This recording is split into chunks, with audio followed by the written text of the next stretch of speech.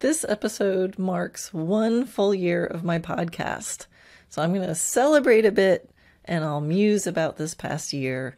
I'll also talk about challenges and motivation along the way. So here we go. Episode 52, 1 year. Hi, I'm Karen Rohlf, and welcome to Horse Training in Harmony. This podcast is about you making progress with your horse in a way that you both can love. It's about learning how to move and be in harmony. Because yes, you really can develop a horse to be both athletic and happy. When we show up as our best selves for our horses will show up for us. So let's get started. I am celebrating episode 52, and that means this is week 52, which means it's been a year. It's official. Now, those of you watching this episode on YouTube can see what's going on here, but for those of you listening, I just want to let you know I am wearing a feather boa and a purple headband with little pom-pom things. I mean, that's not all that I'm wearing, but I am wearing it. And it's all part of the celebration. I'm not drinking any champagne, but I do have some ice cream waiting for myself in the freezer. Waiting for myself. I have ice cream waiting for me. I am not the ice cream, although sometimes it feels that way. Now, you might be thinking, wow, Karen, you went out to the party store and got like a feather boa and some purple pom-pom headbands, just for this. And well, actually, no, because I have these already. And you might be surprised at just how often I find reasons to wear them. So this podcast, Horse Training in Harmony, the podcast you're listening to, within a year, we went from 0 to officially in the top 1% out of 2,594,189 podcasts globally. So actually it was at 1.5, and then I looked it up again right before doing this episode, and we moved up to 1%. And that's out of all podcasts. So I'm super, super happy about that. And I've gotten so much great feedback from listeners. So I just wanted to thank you for listening. Without you, I'm just some weird horse lady talking into a shiny box, sometimes wearing ridiculous things. And I am celebrating. So did you know that when you celebrate success, your brain actually gives you a hit of dopamine, and dopamine feels really good. So what that means is that as I'm celebrating having a year done of this podcast, I'm actually actively hardwiring my brain to want more of whatever it is I'm celebrating. So chances are there will be at least another year of this podcast. So we can all celebrate. And what a year it's been. There have been challenges. Hopefully there's somebody listening to this episode 10 years in the future and they're going to be like, wait, what do you mean challenges? So for people listening in the future, we're still in a bit of a pandemic issue here. So this is the COVID-19 aftermath. So we're still in the middle of this, right? What a crazy, crazy year. So many challenges, so much isolation. But, at the same time, how wonderful it is that there are so many different ways to reach out for help and to connect. And so this podcast, I think, is one of those ways. It's sort of sprung out of the challenge. Sometimes it's easier to get help and sometimes it's harder to get help. But harder isn't necessarily a bad thing. sometimes when we have to work a little harder for something, we actually learn it better. We learn it on a deeper level. Our brain engages more and we remember it for longer. Here's a fun fact. There is actual research that if something is that showed that if something is too easily read, it's less memorable. So apparently there is some sort of desired, I'm putting this in quotes, desired level of difficulty is how they explained it, then it's remembered more. So if there's a desired level of difficulty, not impossible, but not too easy, then it's remembered more. And so based out of this research, this was done by RMIT University in Australia, they actually created, this is so funny, they created a font and they called the font Sans Forgetica. And I think that's hilarious. You know, because sans, there's like sans serifs, right? So with or without these little serifs. So sans is kind of like without. Sans Forgetica, without forgetting.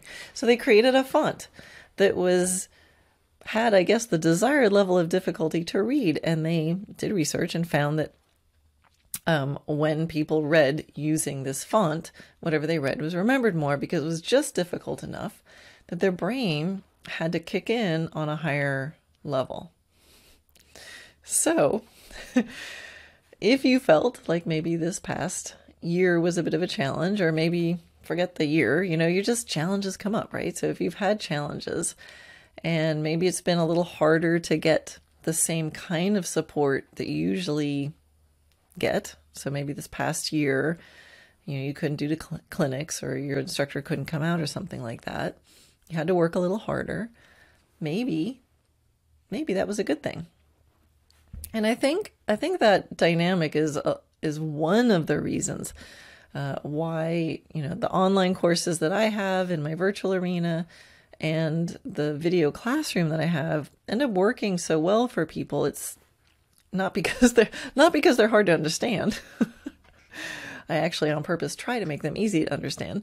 But it's that extra step of difficulty, that extra step of needing to be engaged or industrious, to study your horses and your riding in that way. I mean, it's so different than someone just showing up once a week to tell you what to do, right? So, which is, we all need that too sometimes. Some instructor comes in, you're riding around and they tell you what to do for an hour and you learn and then you go away. But there's a different kind of challenge to going, hey, I'm going to block out some time on Tuesday to find a video that addresses, balanced canter transitions. And I'm going to search in the box until I find those list of videos that come up. And then I'm going to look through the titles and then I'm going to pick the one that I think needs. And then I'm going to watch it and then I'm going to think about it and ask Karen a question about it. I think that's a desired level of difficulty. And a lot of people had to do that this past year during lockdown and stuff like that. And sometimes people weren't even able to go practice with their horse, but they had to step back and do that kind of learning to kind of pick themselves up and go, okay, I can't ride my horse, but what else can I do? And so I think that's something to celebrate. I think that that kind of challenge does present a desired level of difficulty. And if you look at it that way and you celebrate it, like, well, I can't ride, but woohoo, yay, internet, then you're going to have a desired level of difficulty. You're going to engage your brain deeper, and then you're going to get a hit of dopamine for doing it. And then we get into the cycle. And now even when you're with your horse, now you just have double the amount of support. So, there were challenges for me. Some clinics were canceled. I was supposed to do 2 expos and they were canceled.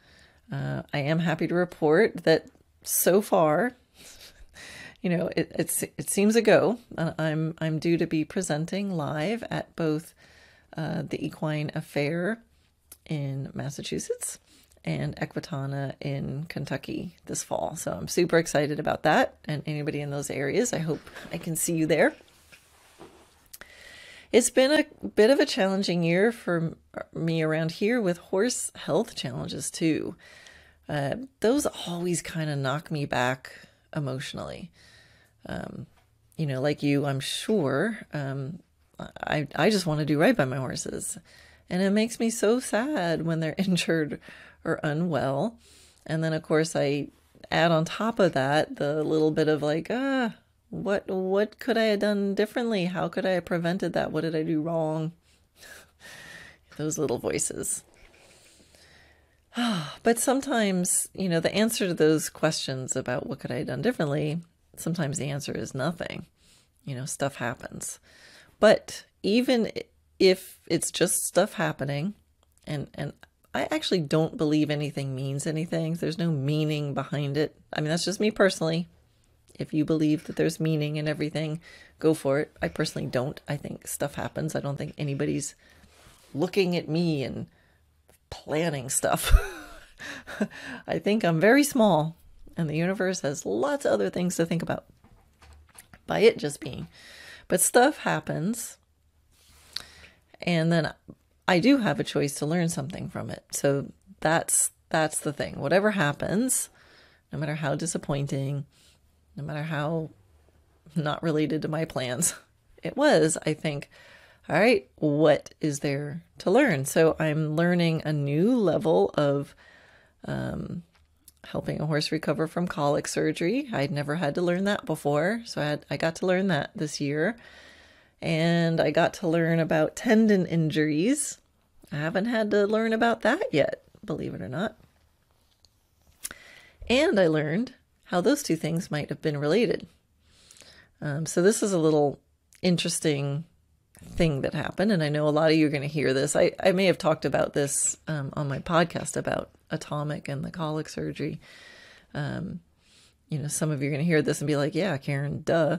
But it was I knew it, but I kind of never experienced it. So Atomic had lipoma, and it was interfering with the small intestine. So when he really colicked, it had wrapped around his small intestines, and we did get him in time. He had surgery. He survived.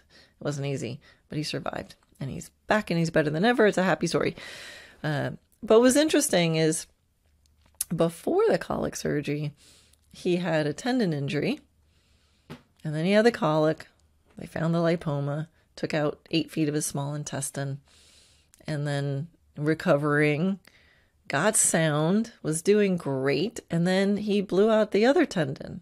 I mean, just out in the pasture, in the same pasture with the same horses he's been with for a long time. Bad, like a 40% rupture. And I'm happy to report, it's a happy story. He's recovered. He's going sound. He's great. But how interesting that the small intestine meridian runs kind of down the back of both front legs, right where his tendons are. So, I mean, the horse is 18. I've had him since he was 3. Not one injury the whole time. So as that lipoma, which was like about 8 inches diameter, was interfering with his small intestine energy was compromised. So tendon injuries. I mean, that thing took a while to grow. It was in there for a while. It's probably the first tendon injury and then the second one. So very, very interesting. So I kind of knew that. I know about meridians, things like that, but I don't, really know about it. But that was pretty fascinating. So anyway, the good news with Atomic is I've been doing physical therapy. His tendon, it looks great. Both of them look great. And he is sound. And I'm just so happy he's here. So that's another thing to celebrate. I love that horse so much. I love all my horses. I'm so happy he's here. All right. So, with my belief that there's always something to learn, that's what keeps me going. I mean, that's what gets me going down the road, because otherwise it can just, life can be full of disappointments. So I'm often asked how I stay so motivated. Even my husband Dana, was like, it's been a year from the podcast. He's like, oh my God, like, I can't believe, he's like, I can't believe you're still doing it. I guess he was a little skeptical. I guess he's not a big talker, so he's probably thinking like, what the heck is she going to talk about every week? But this is how I stay motivated, because I know there's always something to learn. The tricky part is that the thing you learn is not always the thing maybe that you wanted to learn.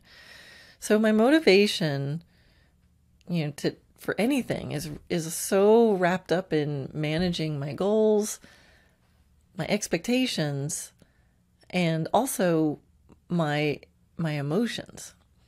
So to not just think I want to learn this and then this other thing got in the way. It's like, I want to learn, and I'm going to learn whatever is put in front of me. So as a roadblock comes up, I've got to just learn to navigate around it and keep going. You don't want to just stare at the roadblock and pout.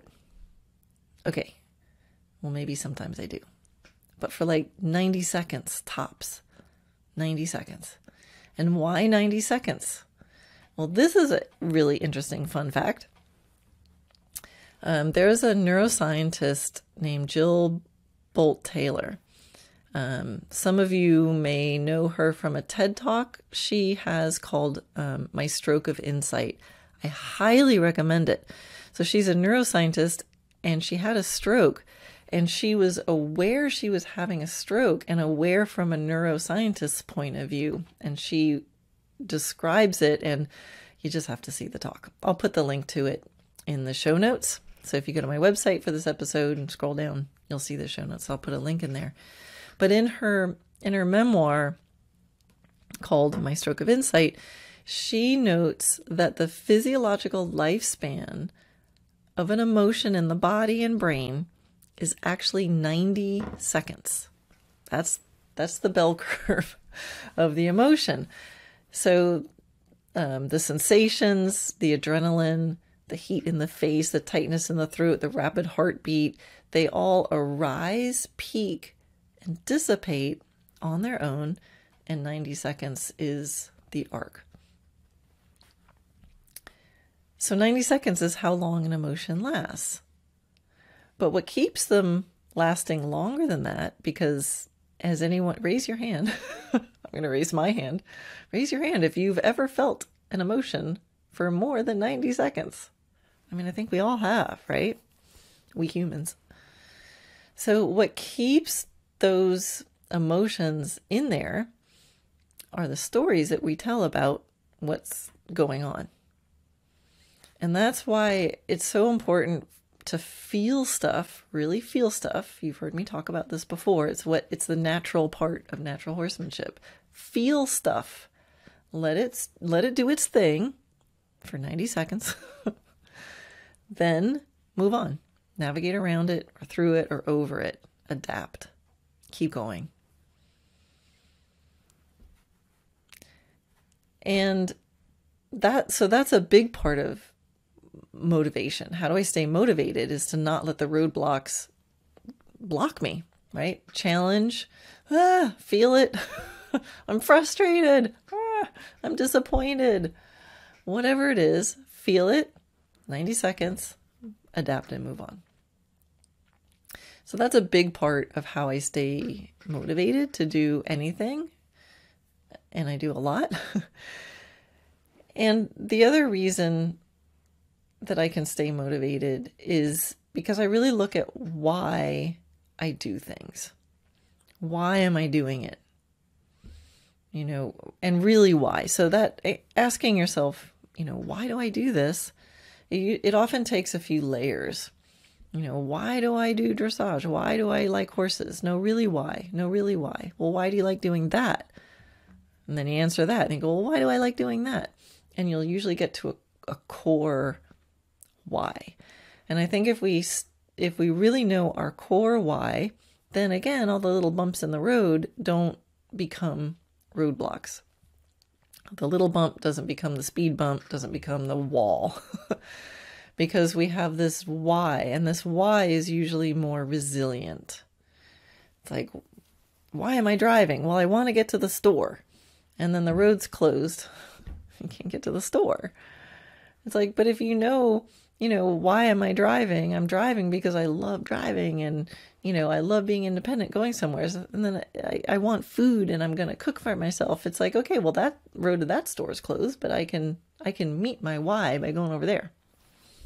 So you want to get to that core. Ask yourself, why am I doing something? And that allows you to adapt. So a lot of you experienced this, right? In this past year, we all had this big speed bump come in front of us of COVID and lockdown, and, things changed. You couldn't get to your horses, or you couldn't do clinics, but you adapted. And hopefully you found a way to satisfy yourself. You found a podcast to listen to or take an online course. And so again, I'm thanking you for that adaptability, because I know many of you found this podcast maybe because you had to adapt from something else. So I really appreciate you finding me. So when horses have injuries or health issues, yeah, I do. I pout a little bit. Maybe more than 90 seconds. Or maybe 90 seconds, but repeatedly. But I try to make sure that I feel it, and then you get back to the task at hand. What do you have to learn? How do you make them better? And as a professional, it doesn't make it easier. I mean, as a professional, I'm supposed to know what I'm doing. I mean, why are my horses having trouble? I mean, that's a normal thought. Like, oh gosh, my horse can't be injured. I teach healthy biomechanics. What are people going to think? My horses have to be perfect. Well, how arrogant a thought is that? So when I realize I have a thought like that, oh my God, my horses are supposed to be perfect. Like, really? Really, Miss Karen? You're so perfect? Your horses have to be perfect? No, I'm just a horse chick like everybody else, doing my best. But I have to talk myself through that, because that's a little pebble in the road that could turn into a speed bump, that could turn into a wall. I should be further along with this training. I can tell myself that. I don't know. I think that maybe some imaginary person out there might think something like that, and I'm beating myself up about it. So I think we all do that. But those are the kind of stories that hold emotions from clearing for 90 seconds, right? Instead of going, oh man, Atomic's tendon is blown up. Well, all right, let's take care of it. That doesn't take too long. But if it's, oh my gosh, Atomic's tendon is blown, what are people going to think of me? Oh my God, I have healthy biomechanics. I'm a fraud. I'm supposed to be a professional. Added pressure. We all do this to ourselves in some sort of way. And we just have to stop. Because those are the stories that build the turn pebbles into roadblocks. So a lot of what keeps me motivated is identifying those kind of stories, the ones that are holding me back, and asking myself if that's really a true story and if I really want to keep telling it. And so I check in with myself regularly, and I remind myself, what's the why? Why do I love horses? And what do I love about what I do? Which is mostly teaching. Horses and teaching. That's what I do. All right, and I have to check in with this as often as I need to. It's a good checkpoint. I often will tell myself, it's like, I'm going to stop doing everything. I'm going to quit horses and stop teaching. When do I retire? It's a good question to ask, whatever it is you're doing. Just entertain the idea of not doing it anymore and see what that feels like. And so far, whenever I entertain that idea, the next thought is, no, but I want to keep doing it. So that's a good sign. I go, okay, I will. Just checking. But don't be afraid to ask yourself. Don't be afraid to entertain the idea. I'm going to quit my job. I'm going to get a divorce. I'm going to get married. You know what? I'm going to tell that person I love them. You know what? I am going to enter that show. You know what? I'm going to scratch that show. Doesn't matter what it is. Just play the game. Whatever it is you're doing, every now and then check in with yourself and pretend you're going to do the opposite. And by pretending to do the opposite, it jars a little bit because we probably haven't thought about that. So when we're really good at telling stories, if we ask yourself, if we say to ourselves like, oh, I should probably just keep doing this job, and then your brain will say yes, because, it's the smart thing to do, and you need the money, and the insurance plan is really good. And, your brain is very practiced at all the reasons why you should keep doing the thing that you're doing, because obviously you're still doing it. So it's been successful in talking you into it. But if you ask yourself the question, and you actually don't even make it a question, just say, you know what? I'm quitting tomorrow. And your brain's like, wait, really? I haven't thought this through. But check in with how it feels. Because if you do that and you feel like, oh yeah, that feels good, then now it's time. But if you go, you know what, I'm quitting tomorrow, and then your brain goes, no, you're not, you love your job, then you can sit yourself down and go, okay, well then I have to stop complaining about it, because obviously I want to keep doing it. I hope this makes sense. But this is all tied into the motivation. This is how we keep going at something. And it's not just about keeping going. It's about keeping going and loving that you're keeping going. Because I promise that the minute I don't love doing this podcast, it's done. I'm not good at doing things I don't love to do. I'm good at accepting a lot of the stuff that goes along with the things that I love to do. I'm willing to work hard to do the things I love to do. But there's a big difference between doing the stuff that's required to do the thing you love to do and just convincing yourself to keep doing something that you don't. So when I check in with myself about the two things I do the most, horses and teaching, I realize that what I love the most about horses is the being with them. And what I love the most about teaching is the process of sitting down and thinking and creating the way I'm going to explain it. And so by knowing that, no matter how busy I am or how tired I am or how much things may not be going the way I thought that I wanted them to go, as long as I'm giving myself these moments, the moments that I love being with horses and the moments that I love